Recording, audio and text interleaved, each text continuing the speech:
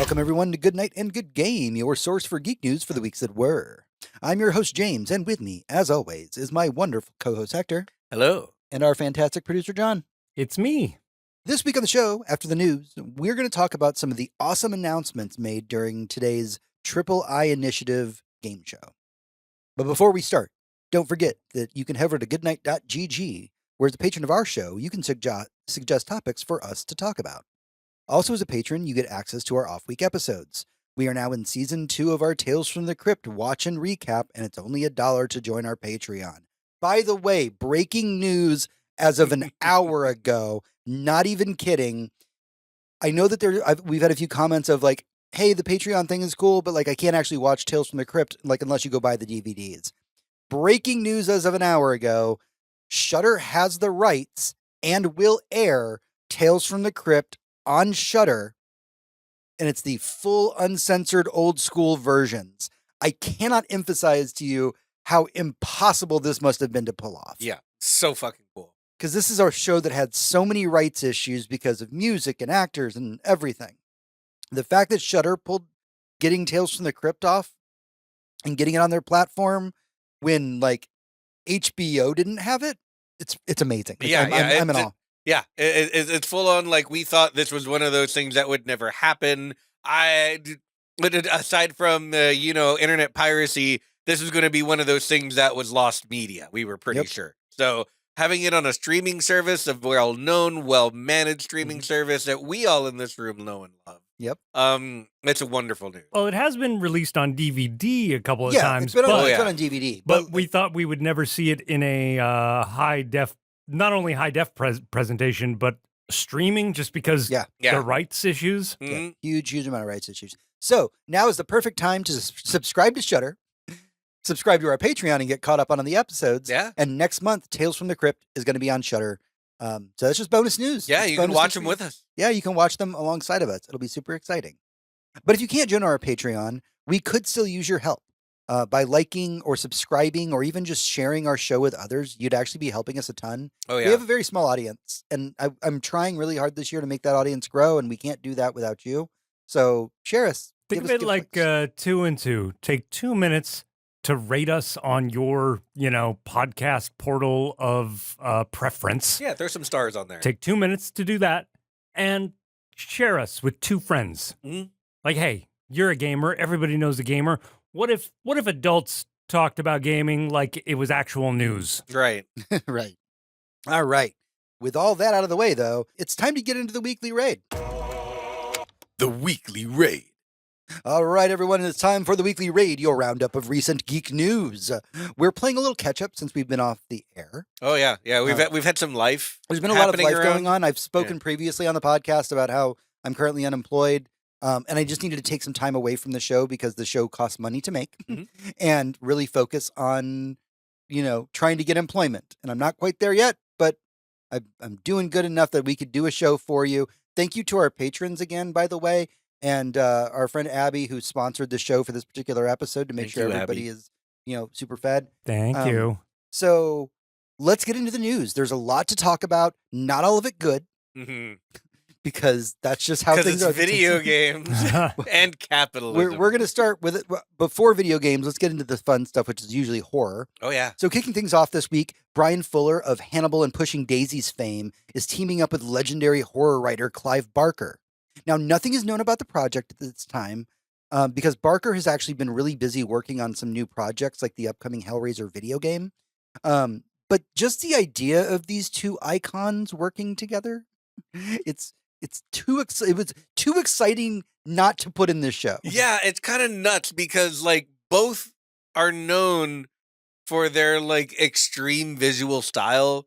The leather bondage hellscape created by Barker and the like super classy but super dark like wine and gore like Brian Fuller type stuff. Mm-hmm. So like I don't know what to think about this because it's not like either is like incredibly well known for things other than that. So it's almost like a hat wearing a hat, but in a good way, like a really nice hat wearing an even nicer hat. I don't know.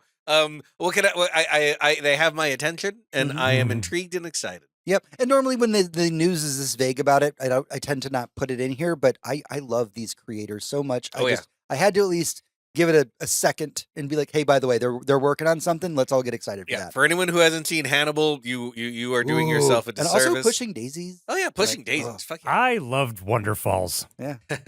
For all 3 episodes it aired. All right. It was announced this week that Fargo and Alien Earth creator Noah Hawley is directing a remake of the Argentine horror film Terrified. Now, you can currently view the original Terrified on, remember, not Terrifier, Terrified. Mm-hmm. You can view the original on Shudder, and it's actually gained a lot of infamy online for having like multiple fantastic scares in it. Ooh. So just to give you an idea of what it is, to quote Bloody Disgusting, Terrified centers on a police officer and a series of paranormal researchers and investigators who attempt to get to the bottom of supernatural occurrences that are centered in one neighborhood in Buenos Aires. This is a movie that I'm planning on actually checking out really soon, and I'm going to make Hector watch it with me. It's going to be like a Sunday movie for us, and we're just going to watch this. We'll do a trip report, hopefully next episode. All right. Keeping the fun news rolling. So the first 2 episodes of Mall Shadow Lord premiered this week. And just spoilers, they're fantastic. That's good. I was really worried, to be honest. So just before those episodes were released, it was actually announced that Mall Shadow Lord is already getting a season 2. Nice. So it sounds like Disney has a lot of faith in this little animated series. And if you're kind of wondering about like, what do I need to know before Mall Shadow Lord? There was a really interesting interview with Sam Witwer, who's the voice actor who plays Maul in the animated series. And Witwer basically said nothing. Never seen a Star Wars film or TV show. Everything that you need to know will be in the show. Okay. Does it follow, like, is it an origin thing? Is No. it like, okay. No. So it's not like, little baby Maul meets Palpatine or anything like that? No, it's definitely post episode 1. Okay. So I would say all you need to know is that in the animated... Do we meet Maul when he doesn't have legs? If it's post episode 1? Kind of, yes. Okay. I mean, that's fair. Here's my thing about Maul, and maybe some of the audience can sympathize with me here. I never understood Star Trek as a whole. Star Trek. Sorry, I have Star Trek on the brain these days. I have never understood Star Wars as a whole's obsession with Darth Maul. I get that he was a very, very cool character. That's like it started off the prequel trilogy with a bang. He didn't have any lines. They had 10 times more reason to be obsessed with him than they ever did to be obsessed with Boba Fett. So that's for sure. I want to take both of y'all's points here. That's fair. Because this is one of the things that I love about Maul being obsessed over, is that this is the kind of shit that fucking Star Wars fans do when they're being good people. Yeah. Not when they're being horrible pieces of shit on the internet. It's like ooh, who's that? Right. Like they'll see a cool character in a Star Wars and be like, we should make that character our whole personality. Mm-hmm. And so there's a reason why in the Legacy books, like Boba Fett has like this whole arc in the Timothy Zahn books, and then you get an arc with like Boba Fett and his kid. And then like, people have been writing books about Boba Fett, and literally a series called The Book of Boba Fett, because people were obsessed with this really silent character. And I think, to your point, one of the things about, because I was there during the episode 1 craze before it aired and everything, we saw that trailer, we saw Maul, and we went, oh, this is definitely the next Darth Vader. Also, it was literally named, like, allegedly for that character. The whole movie was the Phantom Menace. Like, that's the menacing Phantom. Right. So I like the fact that the fan base has really latched onto Maul and is really trying to explore his story. All you need to know is that in the cartoons that followed after episode 1, the Filoni stuff, like the good stuff. Yeah, it's all the Filoni stuff. And that man has had a hell of a story. And we've seen his story from beginning to end. We have seen like the death of Maul in the animated series. Okay. So we know where the definitive ending for Maul is. Like that's him and Obi-Wan one last time. Yeah, I remember that. Right. Okay. So right now it's just we're fans filling in the gaps. So, but the fact that this had not premiered yet and Disney saw it and was basically like, give this a season 2. Give this a season 2 right now. Yeah. If there's any reason to go watch Maul Shadow Lord, do watch it. First 2 episodes are up on Disney Plus right now. I watched it the other day and just absolutely fell in love with it. Before your next piece of news, I need to light a candle. For what? Okay, I'm lighting a candle. Go ahead. Go ahead and move on to the next piece of news. Oh, yes. Here we go. So, as we hop into video game news, have you ever heard of the live service game called The Cube Save Us? No.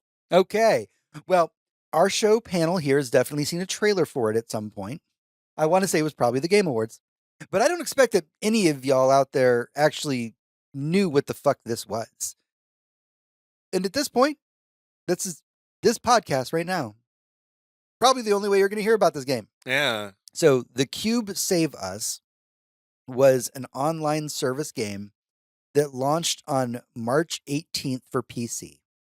It peaked at just over 5,000 players on its first day. Okay. And is now shutting down its servers just weeks after it was released. So this is just another casualty of the live service rush, like game rush that we've been hearing about for so long. It happened with Concord. It's been happening with game after game at this point. It just happened with Highguard. Hector, you have thoughts? Live service game. We had this problem, and everyone knows this story. We had this problem with MMOs. When something like World of Warcraft takes the world by storm, back in the day, 2004, 11 million players, woo! Everyone suddenly wants to make one without really realizing that there's not enough room for all this shit. We don't have... Nobody has time to play 2 MMOs. But we extended the day to like 27 hours in 2016, didn't we? See, even if we did, there's still not enough time to play 2 MMOs. I couldn't play World of Warcraft twice in that amount of time, much less a whole other MMO. And man, again, I've ranted about this before, but like these games, and I don't know anything about this one. I don't know if it was a little bit more indie. It certainly doesn't look very AAA, but it absolutely had some money spent on it. Looking at this trailer I'm looking at right now, that shit looks expensive, which means that there was like hopefully market testing. There were some accountants involved, maybe somebody who knew anything about video games involved in I wonder if we should somewhere, because I could have told them not to make this. I could have told them to make it something else. I mean, and I'm going to talk about this a lot when we get to the what we've been doing section at the end of the podcast. I've been playing a game called Crimson Desert. Crimson Desert was conceived of as an MMO, almost as a sequel to Pearl Abyss's other game, Black Desert Online, which is a Korean MMO that's very, very popular. They realized no one's going to fucking play this shit if it's an MMO. And they turned it into a single-player game, and right now it's like one of the most popular games on the planet.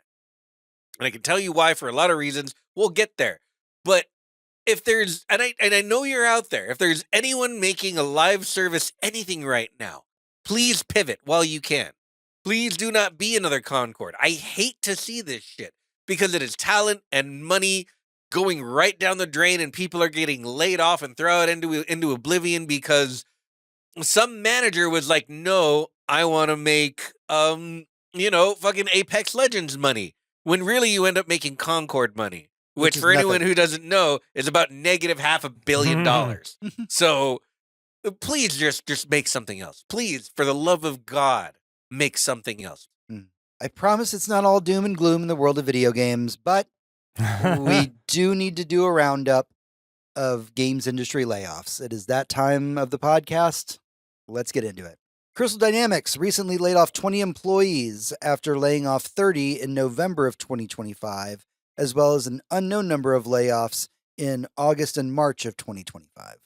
Take-Two Interactive, the parent company for Rockstar Games, has laid off their head of AI, as well as an unknown number of developers.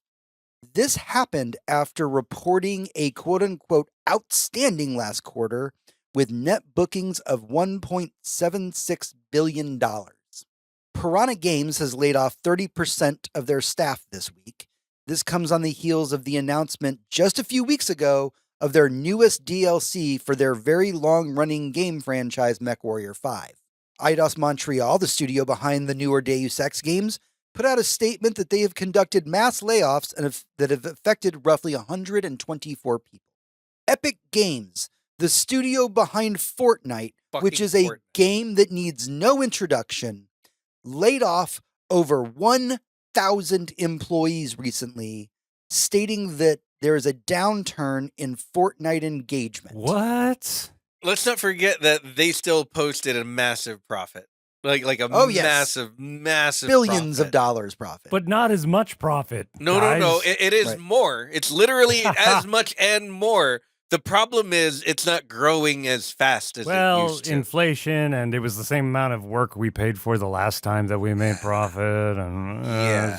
All right, so let's talk about it. So today being dear listeners, Thursday, April the 9th, 2026. Today, and I'm going somewhere with this.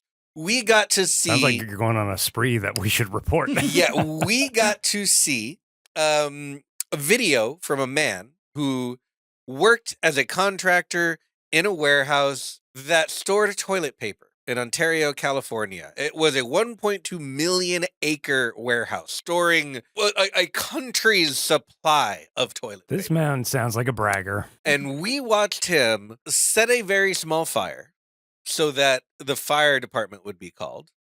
When the fire department shows up, they turn off the sprinklers. He knew that. So as soon as the fire department showed up on one side of the warehouse, several football fields away from where he was, he set the rest of the warehouse on fire because there was no sprinkler system and nothing could be done. And the entire thing burned down overnight last night, and we woke up to the aftermath this morning. And he filmed himself doing it. And while he lit everything on fire, he said, all you had to do was pay us enough to live. Over and over again, while he walked around from pallet to pallet, setting toilet paper on fire. Says a lot about the state of the world right now. Yeah, we need to talk about, like, what we're doing with our people while we sit here on our piles of money. By the way, is that a true story? Yes, a true story. please look that Oh, up. Yeah, good Lord. It's all over chat this I morning. thought this was like some beautiful metaphor about the gaming industry. No. This is an actual Wow. story. Yeah, Ontario, Canada, Ontario, California.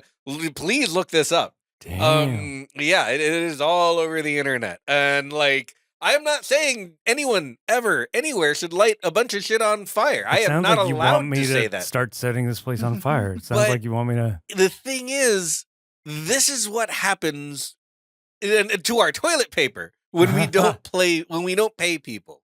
You are talking about companies with all the money in the world. I'm sure the toilet paper owners have all the money in the world, but all we can do to line our pockets and to basically hurt working class people so that they know their place and don't feel entitled to work, or to even to have lives, is fire them and lay them off and pay them shit and abuse them. And man, I don't know, like, we're going to get to the Triple I initiative later, and that's going to be a showcase of a lot of really incredible video games, most of them made by very small teams, that what people are blows- looking forward to. What blows me away is they could pay us like just a pittance more in their mind, from their Oh, yeah. perspective, just a little teeny tiny more. Oh, and to yeah. us, we'd be like, I am your blood employee for life. Oh yeah, the smallest thing in the world to them would engender the most loyalty from us. Yeah.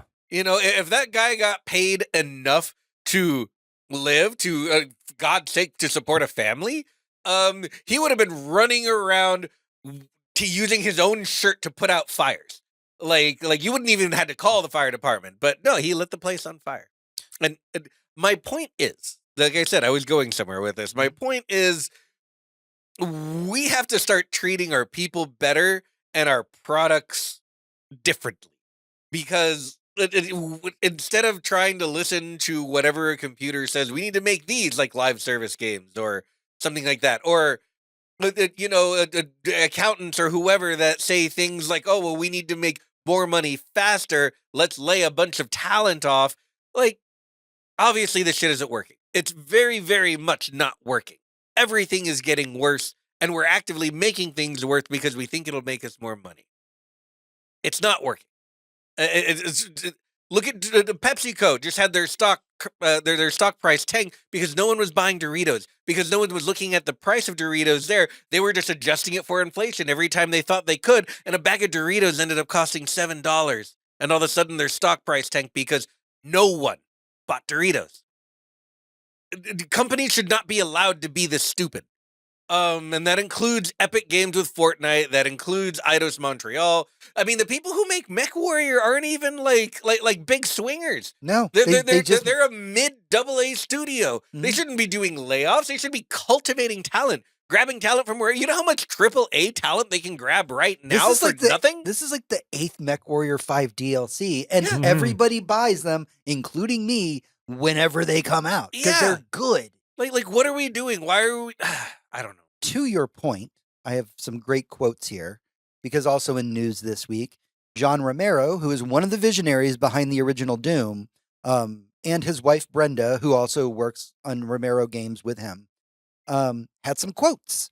So the CEO is Brenda Romero for Romero Games, and she said, I mean, we were there in the 80s for the crash, and this is definitely crashier. Oh yeah. There are so few people that have not been affected or their partners affected or they're worried about being affected. It's a really difficult time right now. John Romero had a couple of quotes.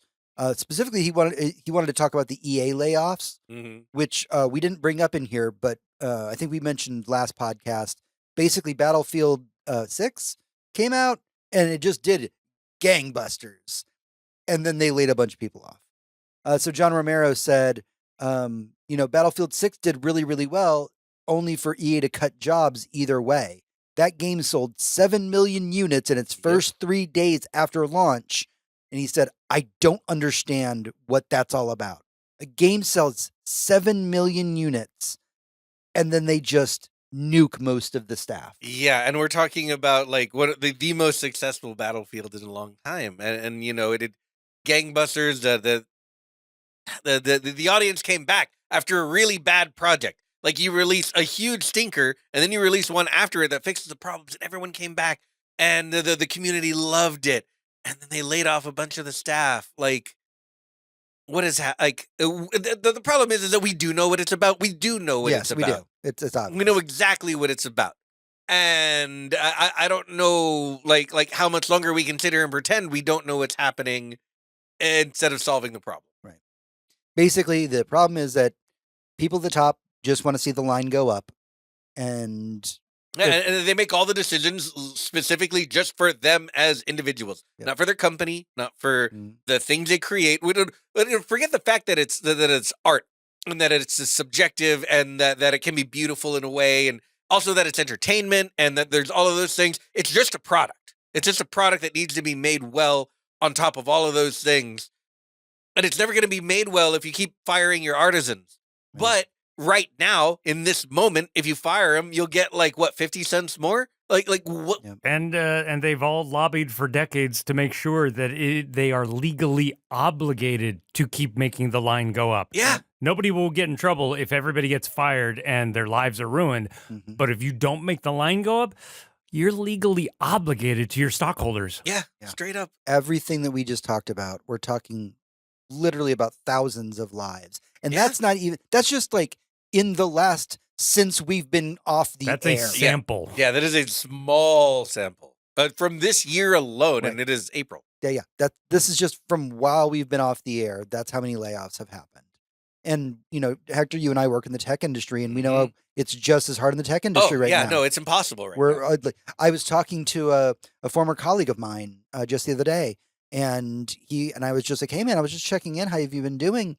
And he was just like, boss, I got to tell you, dude, I just got laid off. Mm-hmm. And I was just, man, he's like such a good, he busted his butt when he was working under me. And I was just like, really? Somebody laid you off? But it's like, that's the state of the industry. You can do a great job. You can make something like Battlefield 6. You can make Fortnite, for crying out loud, and you can still get fired for it. Yeah. You can have a huge success, and still just lose your job over it. And let's not forget, everything is tied to your job. We say in this country the term earn a living because if you're not earning it, you don't deserve to be alive here. So remember, when you lay someone off, it's not like, oh, he'll go back into the system and come back out. No, you were sentencing people to all kinds of hell, misery, poverty, which basically in this country means, you can either die or get out of the way. The important thing is we won't remember you, and we'll we'll just forget about it. Yeah, yeah, and this is the stuff that has to change. The tech industry is messed up. That I can't think of an industry that is doing really well.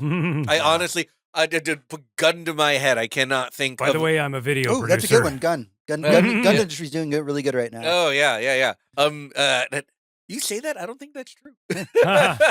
We're probably outsourcing all of the. I'm sure guns are getting shitified the same way everything else is. Everything's just rattling around in they there are now. Barbies for grown men. They've I have been no the idea. ultimate I collector know very item. little about guns. Yeah. It's not something I check up on constantly, but I think most of them are made out of the country anyway. Look, the industry, food is fucked. I mean, come on. We are going to end this section with a little bit of fun news. Ooh. And that being that White Wolf, the creator of the World of Darkness universe, which includes role-playing games like Vampire the Masquerade, has announced that Nacon Studios, the group behind the way better than it should have been RoboCop game, Oh, so good. is working on an all-new video game adaptation called Hunter the Reckoning Death Wish. Now, we only saw a very quick trailer for this game, but when Nacon was interviewed about what is the game going to be like, because it was just a CGI trailer that we saw for it, they said, okay, well, basically our biggest influences for making this Hunter the Reckoning game is going to be Deus Ex and Vampire the Masquerade Bloodlines. And this is a game where you play a hunter in the world of darkness, which means you are just a fucking human in a world where vampires exist and werewolves exist and changelings and all these other things. And gamers have expectations. If you come to us and you say, this game is heavily influenced by Deus Ex and Vampire the Masquerade Bloodlines in terms of gameplay, you have just evoked two of the biggest names in gaming to ever exist.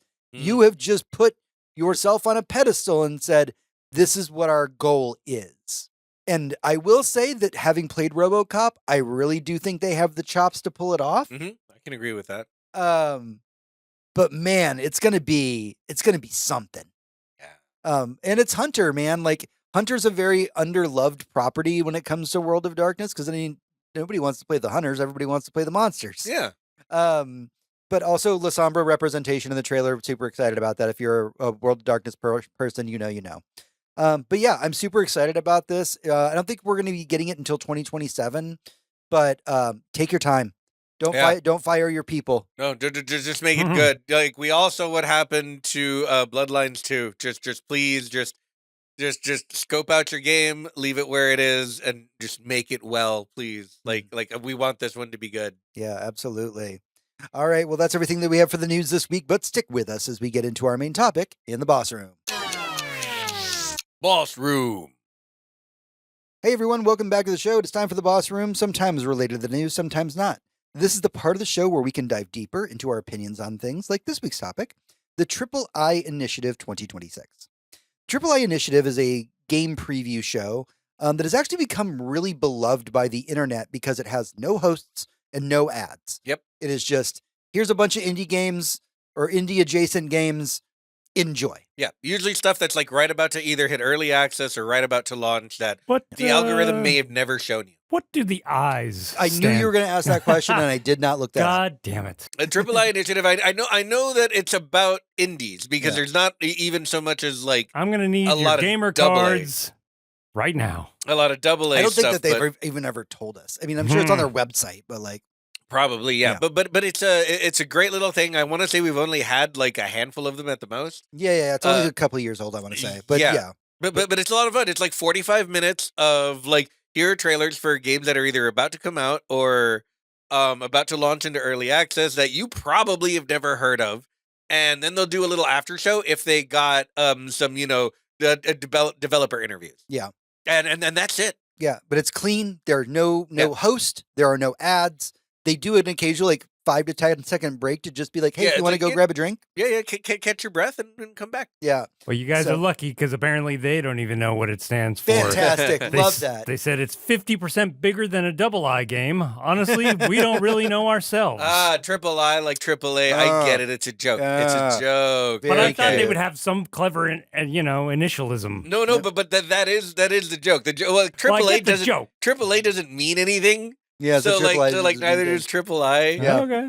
Fair. Fantastic. All right, so we cannot highlight every game that was in this amazing 45-minute panel. But I did pick a handful of them. Hector, if there's any that I don't mention, feel free to bring them up as we go. Oh yeah. The first one is honestly the first trailer they showed, which was a game called Prove You're Human. Now, I've got some game descriptions. A lot of these I'll be quoting from just press junkets and things like that.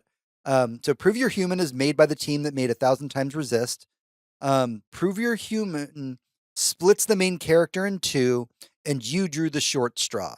You are the digital copy of a person who is paid to test a corporate product, but the product is convinced it is as human as you are, maybe even more.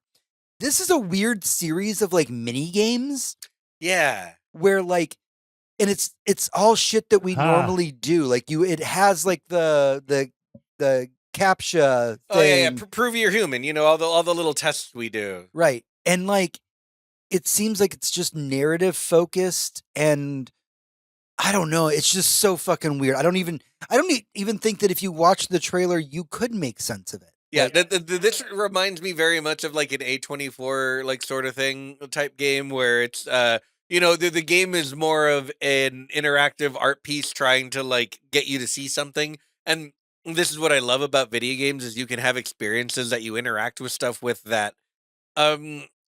makes you feel a story rather than like pointing your nose at it and saying see. It makes you go through the motions so that you understand. Mhm. And this game has so much of that energy. Yeah, it's kind of freaking me out because I've, like many of us, I've experienced a lot of the click on this object to prove you're human thing. Mhm. I've been seeing them get like tricky, even existential. It's like, what could you put something else into that floats? I'm like, what?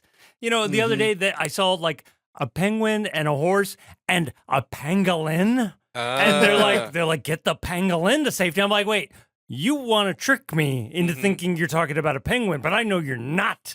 And it's getting weird. It's getting bad. So there was one, this is what I love. When I went on Letterboxd to write my review of Begonia, when you say, there's a little thing you can click on Letterboxd to say that you've watched a movie. Like, I've seen this movie, you're like, yeah, I've seen it, so listen to my opinion.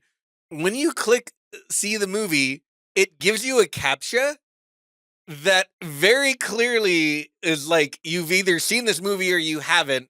Prove that you've seen it by selecting like the specific things for the plot point. Ooh. It was fucking hilarious because I was like, what the fuck is this? but it was not only a good joke, and I'm glad they don't do it for every movie, but for this particular thing, it almost felt like an extension of the movie itself. I don't know. It was really cool. That sounds fun, but just quick reminder before we move on to the next one. Folks, we are training the AI to be more like us. That is all we are doing. 1,000%.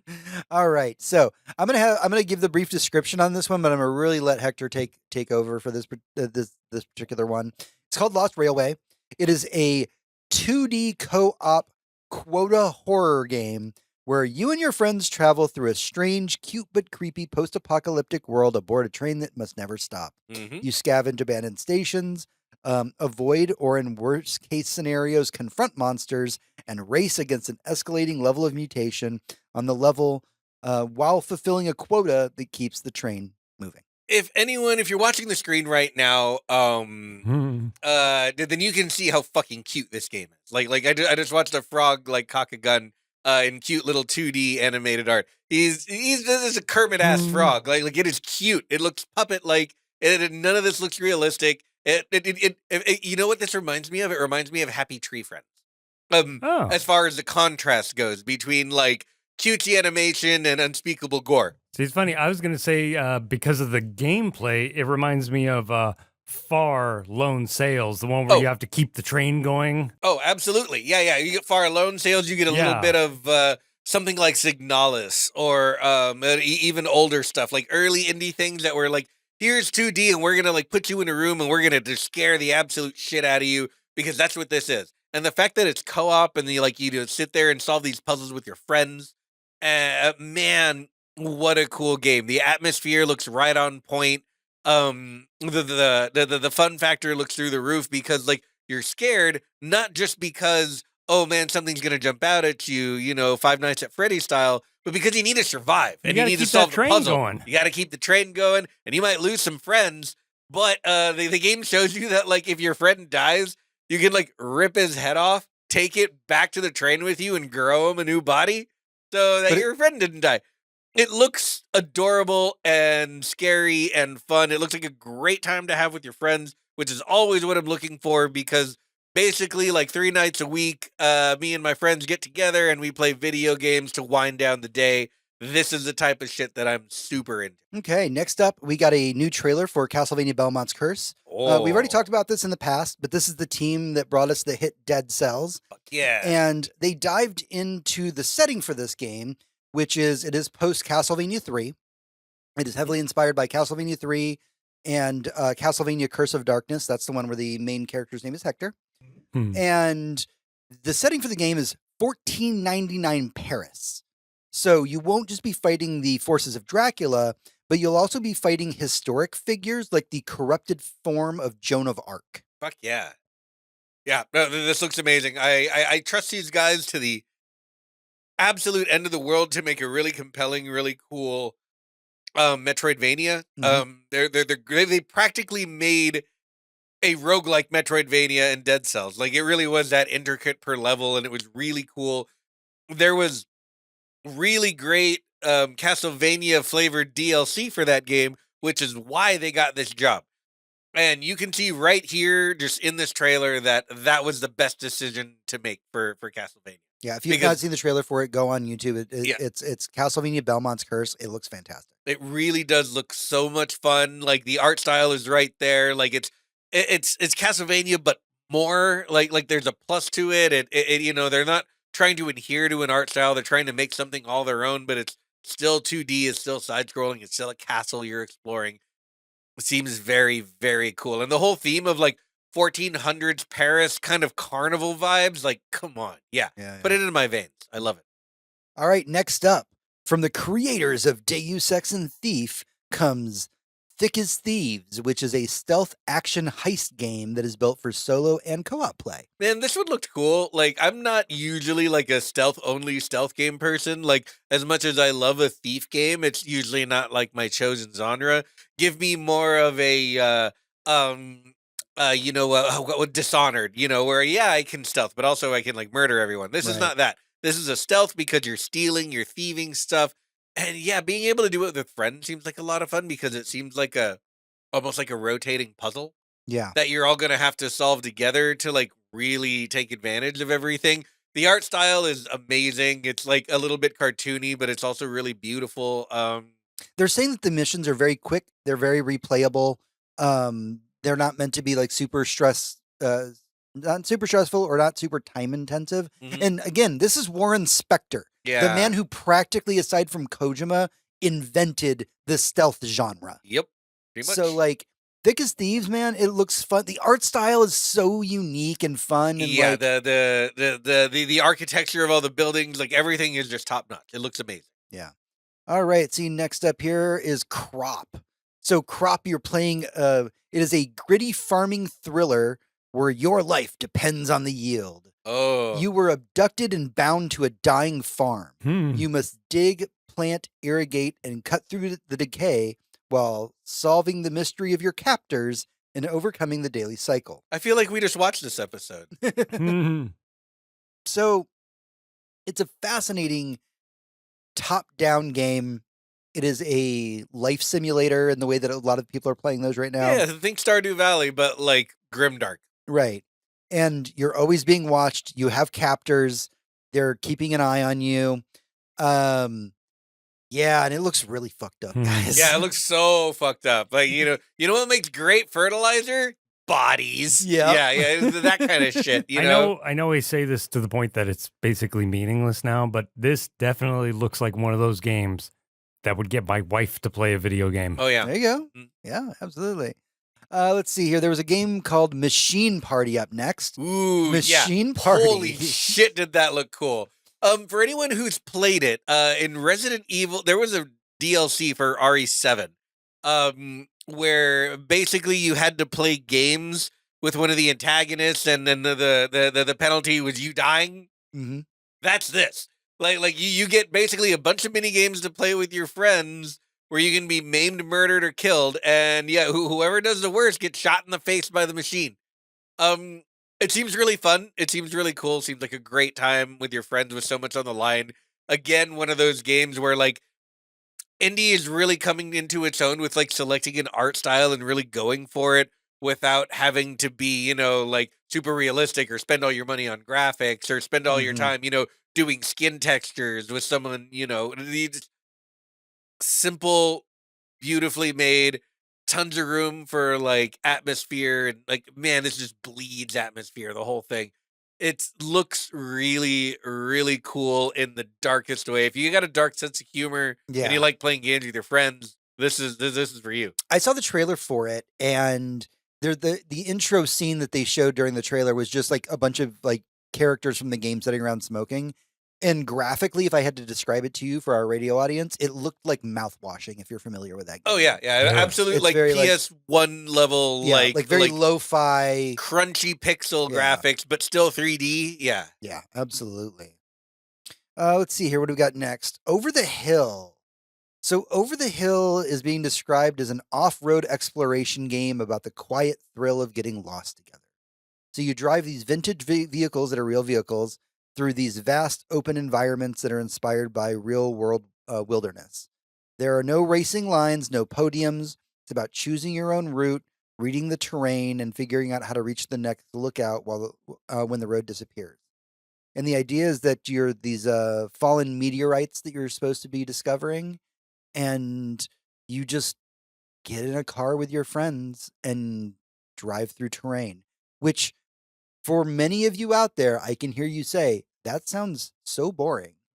But I gotta tell you, man, I'm down to get high with you and play this. Dude, so this is like, what if you were playing Death Stranding, but you were just a car? Yeah. Like, and that seems like this. It's go over here. Okay, well, there's a mountain there and a river there and a valley there. Yeah, I said go. yeah. Just go. Just pick. None of this is my problem. Pick your route. Figure out how to get there. You Yep. might have to go fast. You might have to go slow. Mhm. Just figure it out. And yeah, honestly, this looks like the absolute most like just like all day, like rainy weekend day, like sort of game where you're just like slowly trudging along, trying to get to where you're going, hanging out with your buddies. And I noticed that was a theme in a lot of this. It seems like the PC and indie space seems like where you're gonna go to hang out with your friends, which is like, man, sign me up. Yeah, I've got a few of those on this list. All right, so the next game that we're going to talk about is honestly my game of the show. Let me guess. Shifted Midnight? Yes, Shift at Midnight is in fact my game of the entire show. Man, How did I know? what a fucking weird ass game, and It's so honestly, good. it's the jank is almost the point. Yeah. Like, So Shift at Midnight is a online co-op detective horror game that comes out in May, at the end of May. And basically the whole premise of it is you manage a gas station at night and you got to stock the shelves and you got to sell enough products to meet your quota. You got to take deliveries, you got to keep the store clean. And everybody that comes in to buy something from your store, much like Papers, Please, you interrogate them. because they might not be human. Right. They may not be human.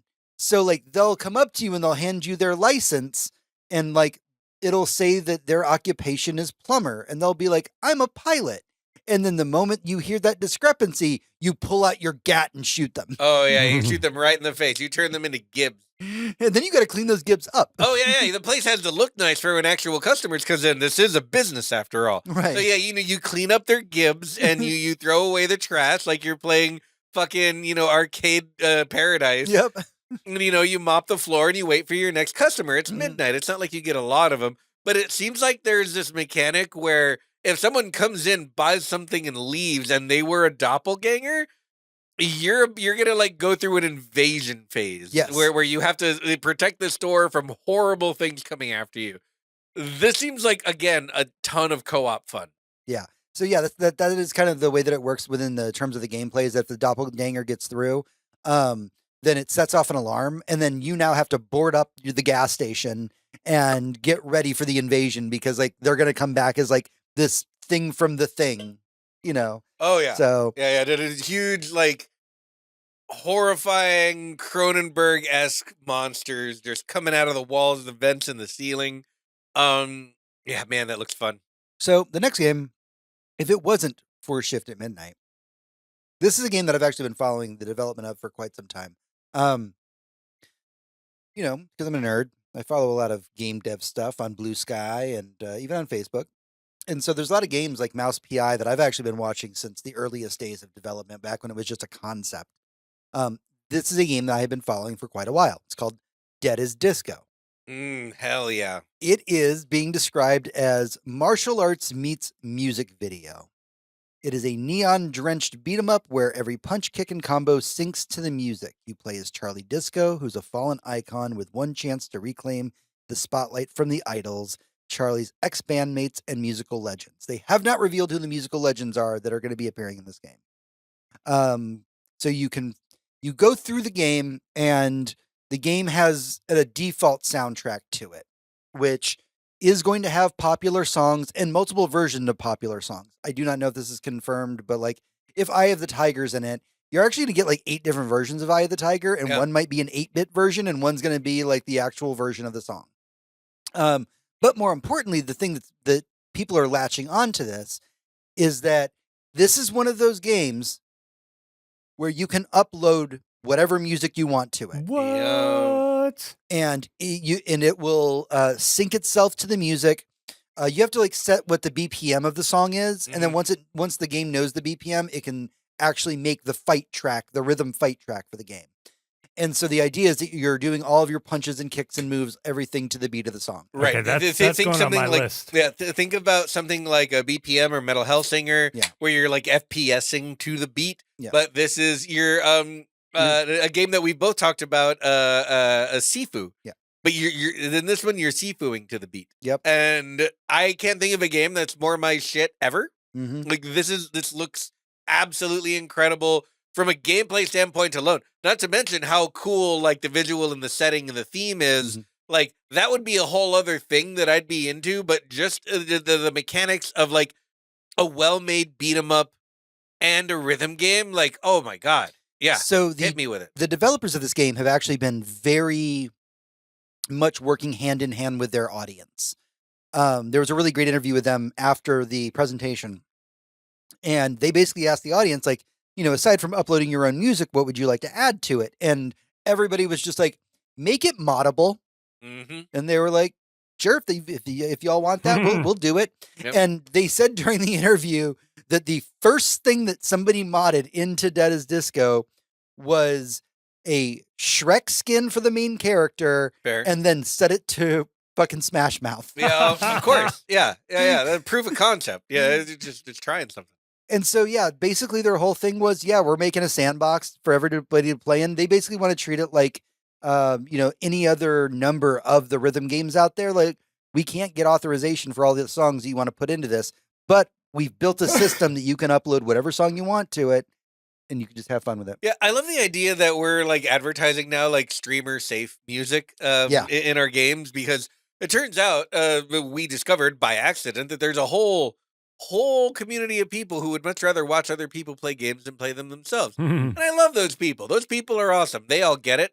And they just either they don't have the coordination or the time or whatever it might be, or even just a desire to sit down and play a game, but they love watching other people play them. Right. And you know, you need to you do that on stream, and things need to be safe for streaming. You can't put a bunch of Queen and Metallica and Beatles songs into your game and hope that the internet's fine with that. You know, this is really cool. I appreciate it very much, and I cannot wait to play this game. Yeah, I don't stream to our Twitch as much as I probably should, but in my personal Discord, I'll occasionally just stream whatever games we're playing together. And weirdly enough, just people come and hang out quietly. Like we were playing Slay the Spire, and there was like 5 people like watching us play Slay the Spire, and I'm like, we're not that entertaining, guys. We're playing a card game. Yeah. I mean, we were basically going back and forth complaining about our draw. There was a night where I streamed like all of Faith. The Faith Trinity. Oh yeah. And like people were just coming in like being like, dude, this game is so fucked up. I'm like, yeah, it is. It's so good. All right, let's talk about hangout games. Next up, we're going to talk about a little game, and I put this in here for myself and for my heart and for my soul. This was not about being like, you guys need to go play this game right now, but there is this game, and I'm using game in the giant air quotes here, just called Sledding Game. Yeah.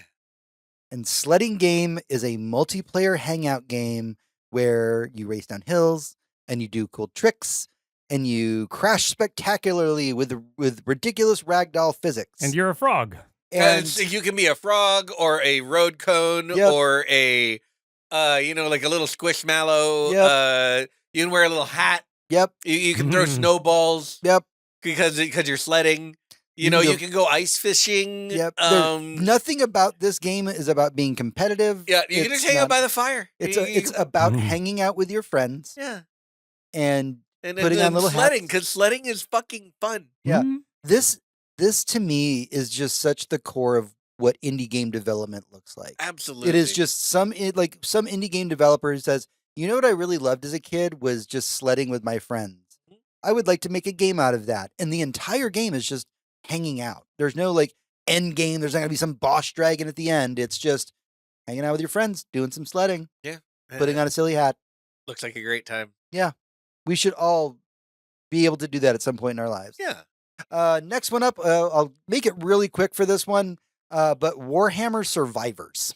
So Vampire Survivors is a game that we all play. It's very addicting. It's very silly. It's very fun.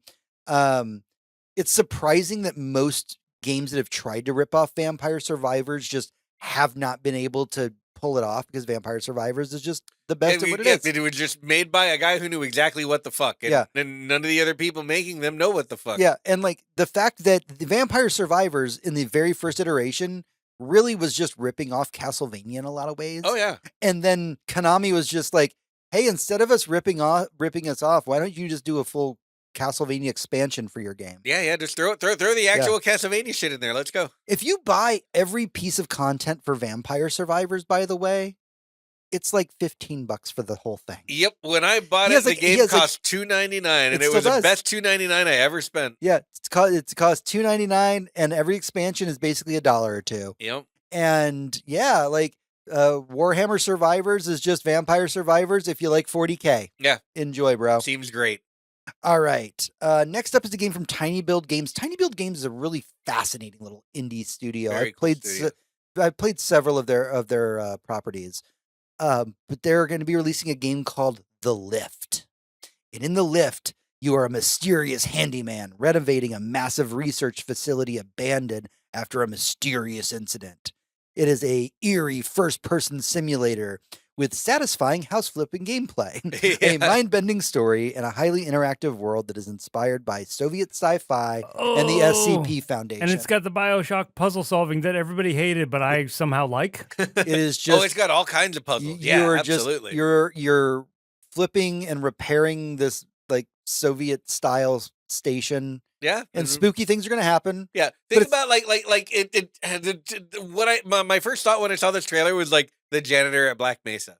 Yeah, like, straight up is you're going to see some shit, but please clean up around you.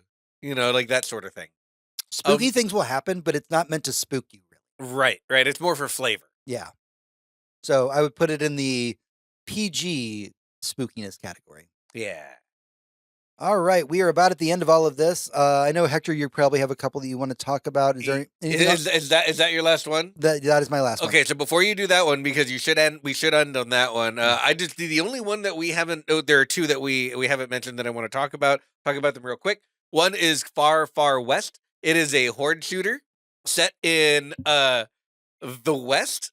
Think like Old West, like American style cowboys, etc. What kind of shooter did you say? Horde shooter, meaning you and your friends are fighting against a wave of creatures. Think Left 4 Dead.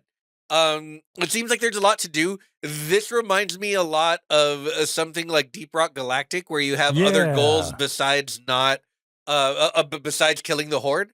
To get in and out of whatever kind of missions you're on. There's so much personality in this game. It has like a Borderlands level of But personality. it also has like a real 360 vibe going on. Absolutely, yeah. It seems like a great time, and I'm super into this. The other one I wanted to mention was Gravekeeper 2.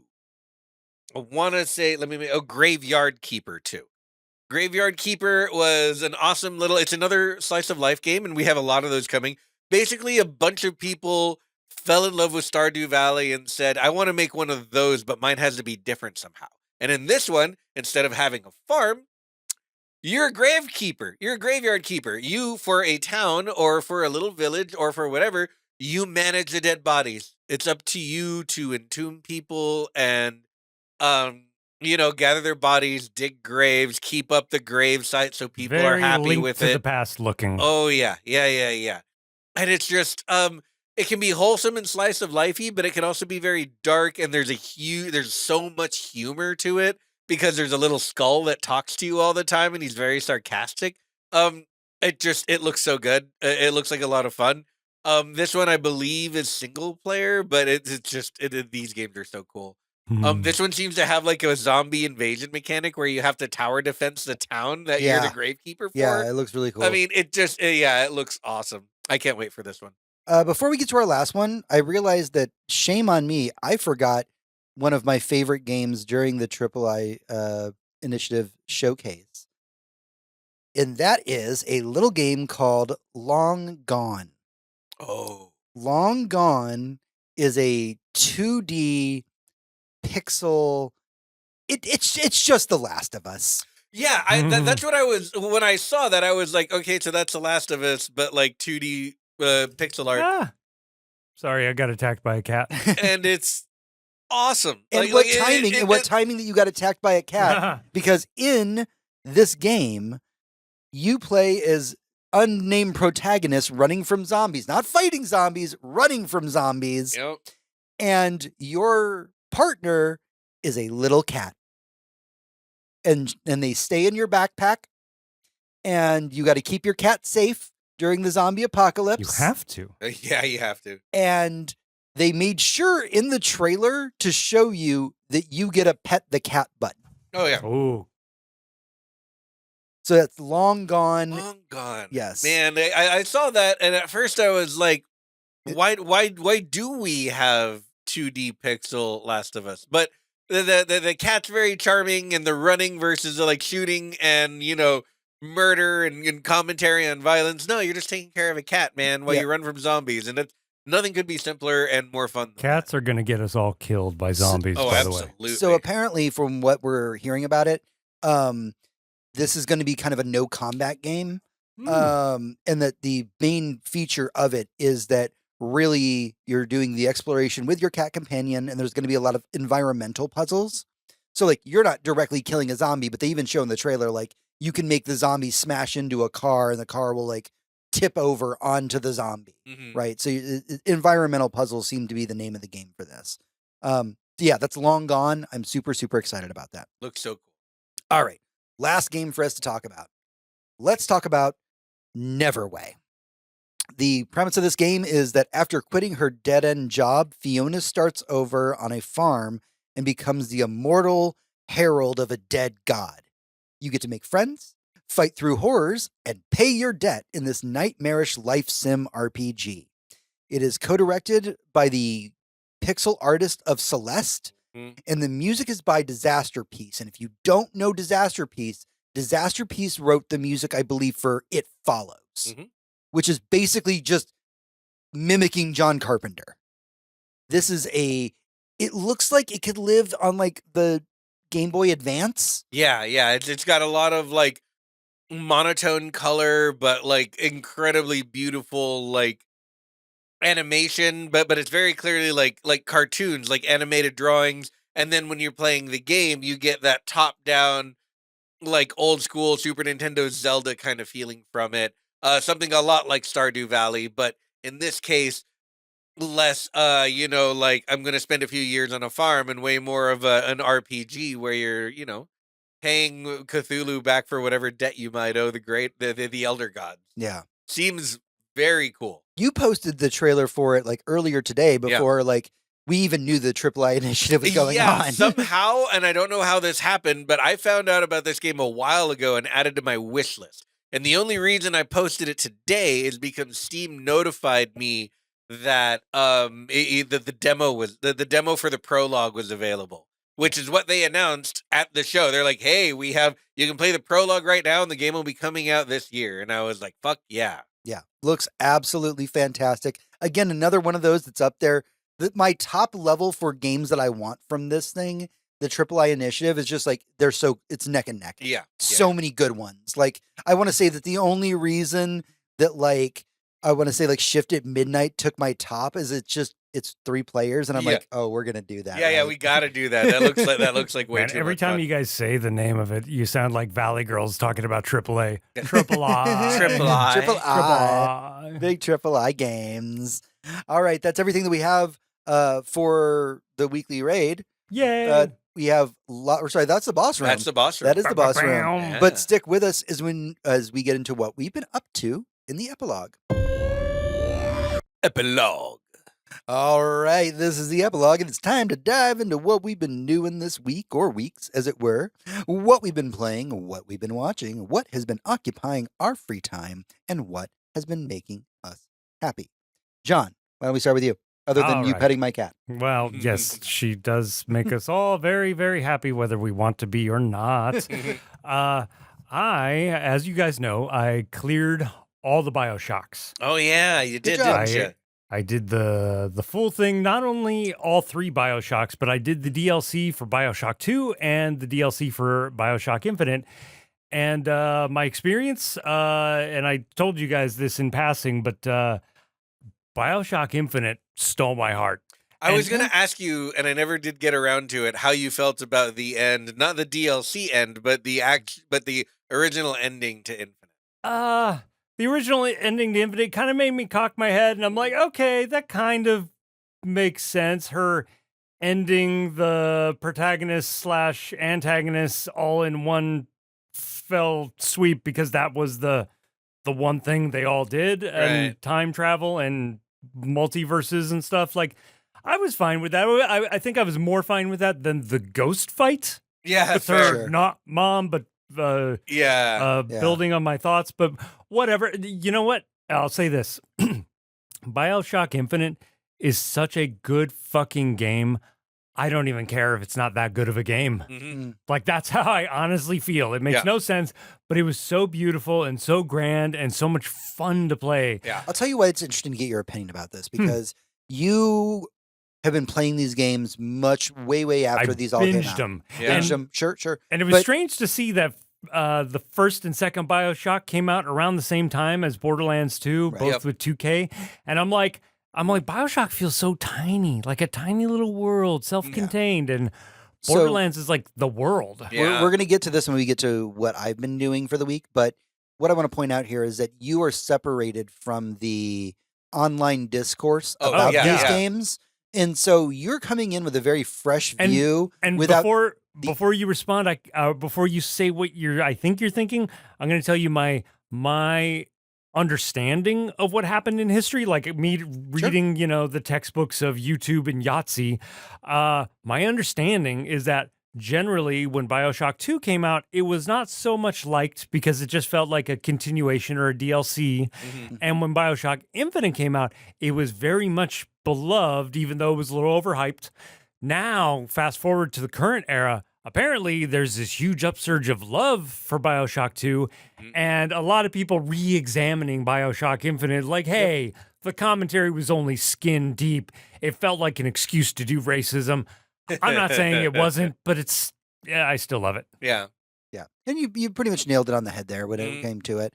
There were things that were shown in the trailer for BioShock Infinite that never made it into the final game. Yeah. And people really held that against it because they were like, it felt like you guys were really going to make more of a message than you actually did. Like punching Or just more racism. game mechanics in general also. Then we were in the Yeah, era like it where was it was going to be like a multiverse where people remembered the paths you had chosen and your interactions. And Well, there all was this just stuff. going to be a lot more interaction with Elizabeth as well, and Yeah. like have her be way more of the combat than just like throwing you supplies now and then. And we were in the era where trailers would oversell games, like promise you the world, and then just like the game is nothing at all like that trailer. Yeah. Yeah. And this one was like, yeah, we were getting to the point where like any little thing we were like, fuck you and fuck that, you know. It's like that was in the game. You should all feel ashamed of yourselves, even though I think in hindsight still a very good game. And Yeah, like and it I got- don't want to take a scalpel to the story or anything, because like the whole time travel thing, it's a Jeremy Bearimy, we don't need to worry about it. That's how we have Yeah. fun. And it was one of the very few games where I ever heard like fucking zero punctuation. Like, this might be a great game. Mhm. I don't want to say that, but it might be. Yeah. So I've been doing that. And for the record, one last thought. I might be a stealth gamer Ooh. because the DLC Oh yeah. for BioShock Infinite, the one where you play as her, which by the way, the only reason it's a stealth section is because they took the most powerful character in the whole series, a woman, depowered her, definitely sexist. But that stealth section made BioShock scary again. It did. It really And it did. made every encounter like, shit, I don't want to waste the 2 fucking bullets I have because I won't be able to Yeah. finish this level. Fuck. You know, it was very cool. it was incredible. But I have one last thing that I'll mention for what I've been up to lately. And I think it was honestly one of the best movies that my wife or I have seen in a few years. It's called Wolf Children. Well, the American title is Wolf Children. It looks and feels very much like a Miyazaki movie, but it's Oh, not. I've heard of this. Is this a Yeah. short film? No. It's Okay. a full length, and it's basically like a very interesting metaphor for raising children.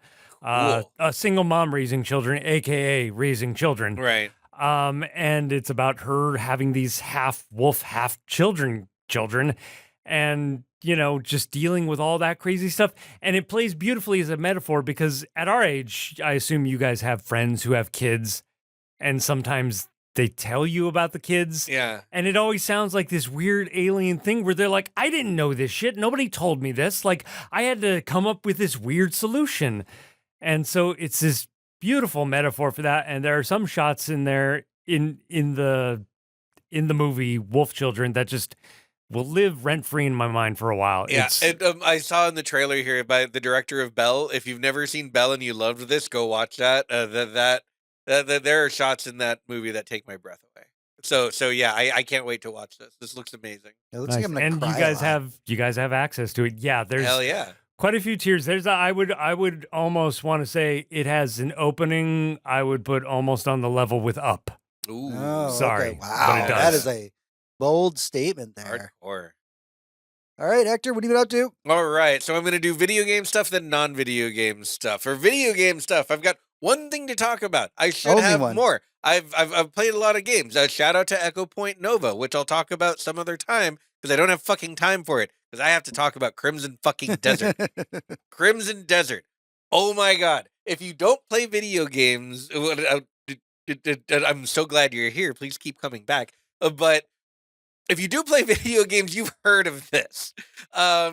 Crimson Desert is a game by Pearl Abyss that was originally going to come out as an MMO, and then they realized very smartly that that wasn't going to make any money, and no one was going to play it. But what they had was this big open world with a full kitchen sink of fucking, like, businesses and trade routes and a huge world full of, like, caves and dungeons and factions and hidden weapons behind waterfalls and treasure chests behind ancient ruins and people with all kinds of like a Game of Thrones level like political interactions and boss fights and an engine to rival all engines ever that Mhm. flawlessly renders a world as far as the eye can see that's gorgeous to behold at any time, and a combat system that was Dynasty Warriors is what I keep coming back to because it's not as intricate as something like a spectacle fighter, like a Devil May Cry. It's certainly nothing like a Souls game, but it is third-person action.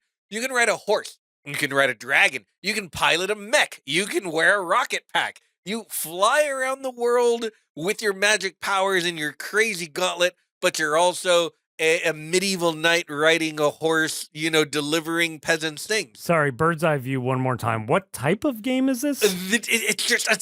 It's a sandbox. I mean, is there a campaign or am I playing? It's all campaign. Oh, okay. It's all campaign. Make your own fun. Like I said, think of the best. The best thing I can come up with is it's Grand Theft Auto.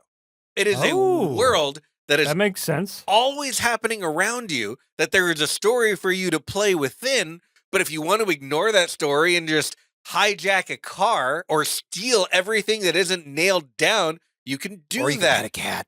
Or I can adopt a cat. I can adopt hundreds of cats. Hundreds of fat cats. Yeah, there are fat cats and skinny cats. There's a super unique cat in a village full of magical children that's the smallest cat in the game that everyone's like, have you guys seen this cat? You can make your cat clothes. You can buy them clothes. You can have a dog. You can have a pet wolf. You form relationships with the horses that you ride, and they level up and get faster and more efficient when you do. This game, like I said, kitchen sink, it is everything.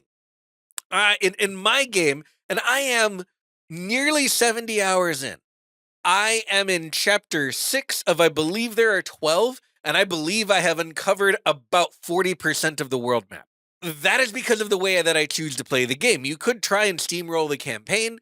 You could try and never touch the campaign and just do other shit.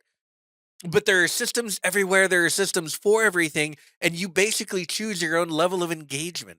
I haven't had this fun in a very, very long time. This much fun with a game. People started out by comparing it to Skyrim because when Skyrim came out, it felt like you could go anywhere or do anything. That wasn't true. If you look back at it, you're very limited in what you can do in Skyrim. In this game, I can literally just play the stock market.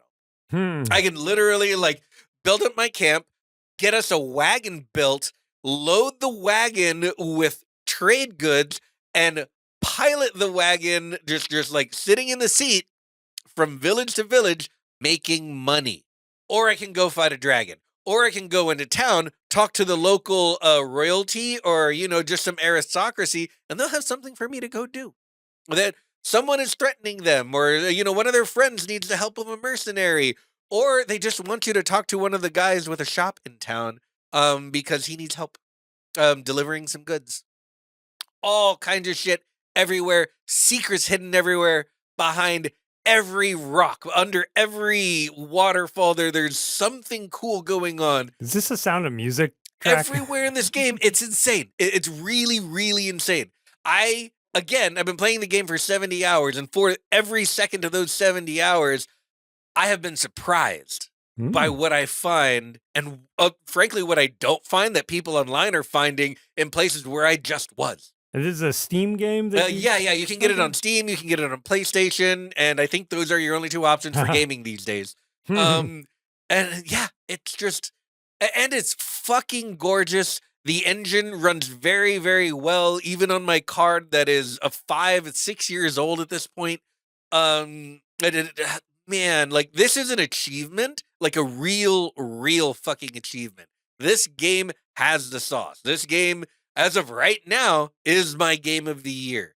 Not because I was looking forward to it the most. I wasn't. I didn't think the game was real until it came out. In fact, I was actively skeptical because of the trailers I had seen, because it just seemed like there was too much going on. There's no way the game could be as good as they're showing it to be, and it's better. It's better in every way. The only downfall of the game is that the story isn't very good, but I've not cared for a second because you can fast forward through cutscenes and they don't matter because I'm having too much fun playing the game, and I can play it in any way that I want. And man, I'm not usually a huge fan of that sort of thing, but this game made me one. Everything that you want to do, anything that you think you want to do, it's fucking viable, man. And the further you get into it, again, like I said, I think I'm about 40% of the way through the game. I have so much more to discover. Yeah, I cannot sing the praises of this game enough. If anything that I've said has intrigued you at all, pick up this game and play it. And that's the only video game I need to talk about today. Other than that, seen some good movies lately. James last night watched Casino Royale for the first time. I'll let him talk about that. Let's see. Yeah. Recently, I've been catching up on Oscar stuff. I saw Marty Supreme. That's very good. I understand why it didn't get any Oscars, but it's a good time. It's fun. Watch it. Don't. It didn't deserve, the highest accolade in cinema, but it was a good time. Um. Yeah. And Ray, Raye, a British singer songwriter, just released her new album. I want to say like a week or two ago. Right now, it's my favorite album of the year. It's so fucking good. Give that a listen. Um, I think that's all my stuff. We appreciate music recommendations. Absolutely, yeah. And if you guys have any, please do some. Oh, I started watching Star Trek Starfleet Academy.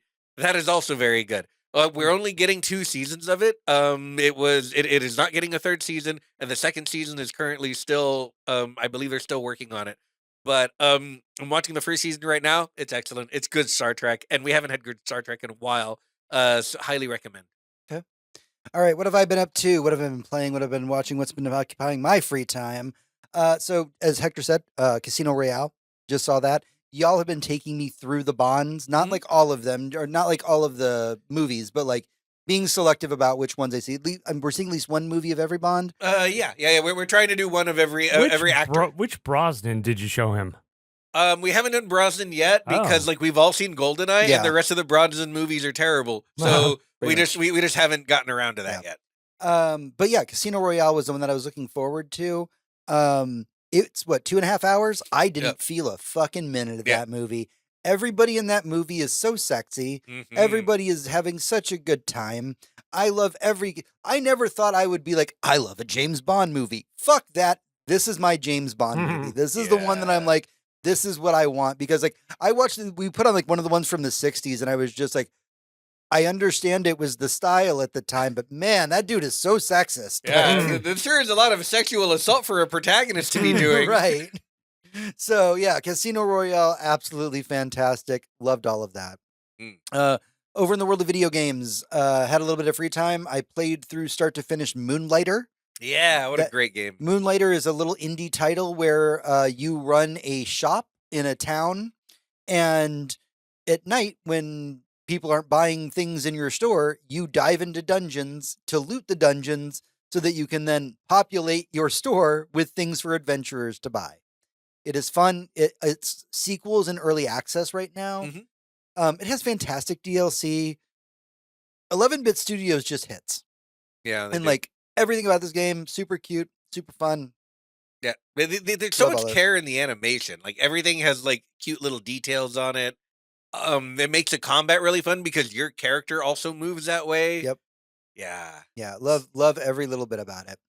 I guess the last thing I want to talk about for video games is, there was something else that I was going to get to. What was that? Oh, I wanted to mention this. John, you had mentioned playing BioShock Infinite, and I was saying that like it's really cool that you get to view BioShock Infinite through the lens of somebody who didn't live with the news of, the negative press articles and all those things. You got to really experience BioShock Infinite like purely. Yeah, like in your own little vacuum. Right? In your own vacuum. And I've been going through the Marvel Cinematic Universe with a friend of mine recently. She hasn't seen a lot of them. And so like, we'll just make a night of it and watch like a movie or two or a couple episodes of something. And it's interesting watching it through her eyes because she doesn't have the context for the reviews and the review bombing and all those things. So like recently we watched like Thor Love and Thunder. She fucking loved it. It's a good time. She was like, that was so much fun. Like I had a blast. What did she think of the first Thor? Loved it. Actually, Thor is one of her favorite characters other than Iron Man. That's my favorite of the Marvel movies. I know I'm alone really, on that. Thor 1 is your favorite Marvel movie? The first Thor is my fucking favorite Marvel movie. That's a bold statement. I like that movie, but she's been I've seen it with... I'm not even kidding. I've watched it with director's commentary on. And let me tell you, that was a movie made in the editing bay because I watched all the deleted scenes and they are shit. Yeah, I'm sure. It's been really cool getting to watch these like through her eyes because she doesn't have the lens of like the nerd guys who are just like, yeah, Thor Love and Thunder was so dumb. I can't believe what they did to Gore. Everyone's making too many jokes. Right. Like it's kind of cool to like have this fun.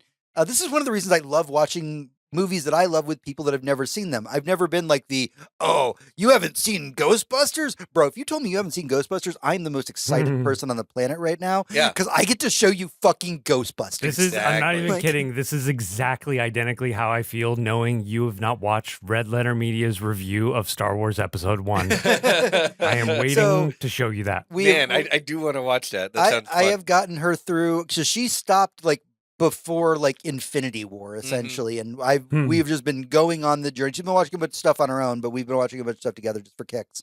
And she's been having a good time with it. I've been having a good time with it. We've been watching a lot of What If. We actually are right around the corner from the Eternals, and I'm really going to be curious to see what somebody who doesn't know what people said about that movie, what they're going to make of it. Yeah. So I'm super excited about that. So yeah, that's just cool to watch things through other people's eyes. The last thing I have to talk about before we wrap the show up is over the course of our break, I finished Mass Effect 2. I will talk about that at my end of the year review. It's great. It's a classic for a reason. And then I played through Mass Effect 3. And that's what I will talk about here. So I played through Mass Effect 3 start to finish. Obviously nowhere near as good as Mass Effect 2. I would, as somebody, again, these Mass Effect games were games that are on my list of games I said I was never going to play. I tried playing Mass Effect 1 like 3 different times. I had to brute force my way through playing 1 just to get to 2. Here we are. 2 is fantastic. BioWare can get it. But Mass Effect 3 definitely has glitch issues. And I'm playing the Legendary Edition. It has glitch issues. It's got a lot of things going on. But the one thing I want to talk about Mass Effect 3, most important thing, all I care about, we don't even talk about combat, not the ending. I don't give a fuck. There is a thing that I didn't know was DLC until after the fact. And there's this quest that you can get where effectively you can throw a party at this apartment that you have. And I did do a little, the very few things in the game did I Google because I was just trying to make all the decisions my own.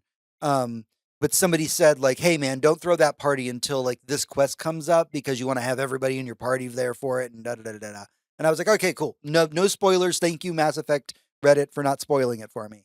So I get to this party, and this party is straight up the actual accumulation of all the decisions you've ever made. Not the ending, not any of the other like little mini quests. This fucking party is actually the accumulation of every decision you've made. And all it is you throwing a party for your friends. And I will tell you right now, in a game that was average at best, I want every role-playing game that I ever play going forward to allow me before the end of the world to throw a party for my friends.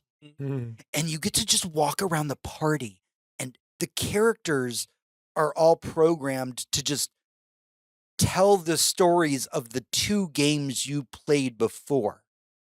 And they'll be like, oh yeah, remember that one time me and Shepard did blah, blah, blah, blah, blah. And like, it's just a side conversation. You don't even got to listen to it. You can just go fuck off somewhere.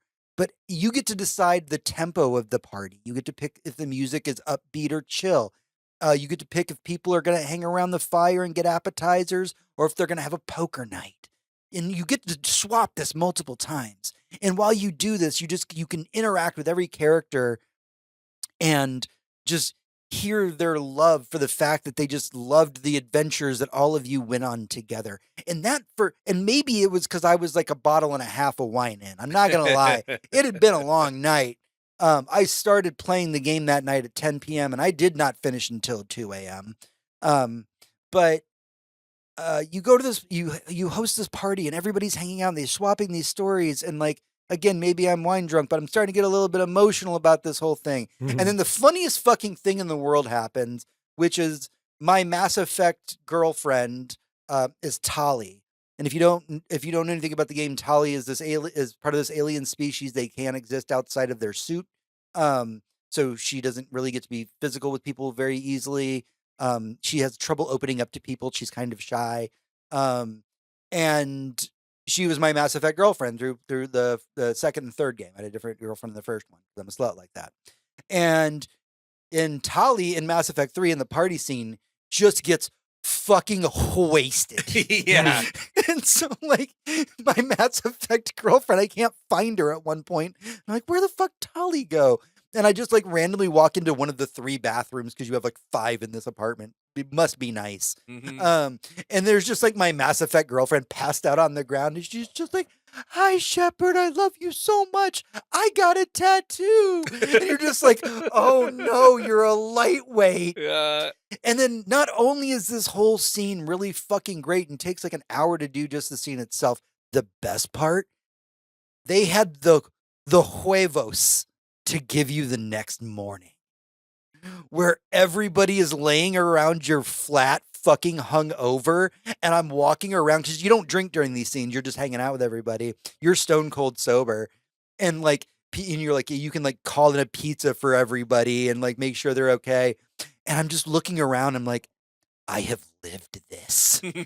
I have thrown this kind of fucking rager, and these are all my friends passed out on the ground right now. You know, And that's one of the fucking best things about Mass Effect 3, and it sucks that it was a DLC. Average game, but 10 out of 10 for getting to party with my friends. Every role-playing game should give me that opportunity and include the fucking hangover scene afterwards. oh yeah, Hmm. agreed. All right. That's everything we have for the show this week. Don't forget that you can head over to goodnight.gg to become a patron of our show. You can head over to facebook.com/GNGGcast where you can chat with us, as well as at GNGGcast on Twitter and goodnight.gg on Blue Sky to talk to me directly. Again, if you can't or don't want to take care of us on Patreon, share us with your friends, give us a like. All of these things are super important to us. Make a comment on YouTube. Pretty please. Any of these things, super, super helpful to us. They cost you nothing, but they do mean the world to us. But yeah, until next time, for Hector, this is James. For James, this is Hector. For you, this is me. Everyone, good night. And good game.